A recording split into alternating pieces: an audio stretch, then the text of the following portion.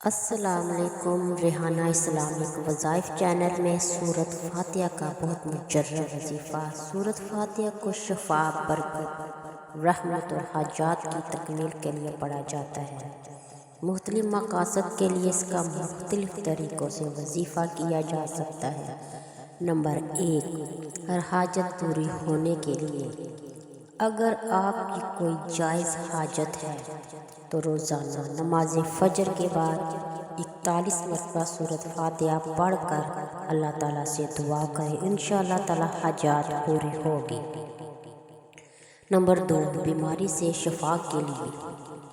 اگر کوئی بیمار ہے تو 7 مرتبہ سورۃ فاتحہ پانی پر دم کر کے مریض کو پلائیں، اللہ کے حکم سے شفا ملے گی انشاءاللہ تعالی۔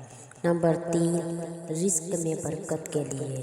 روزانہ فجر کی نماز کے بعد 21 مرتبہ سورۃ الفاتحہ پڑھ کر اللہ تعالیٰ سے رزق میں برکت کی دعا کریں، انشاءاللہ تعالی روزے میں کشادگی ہوگی۔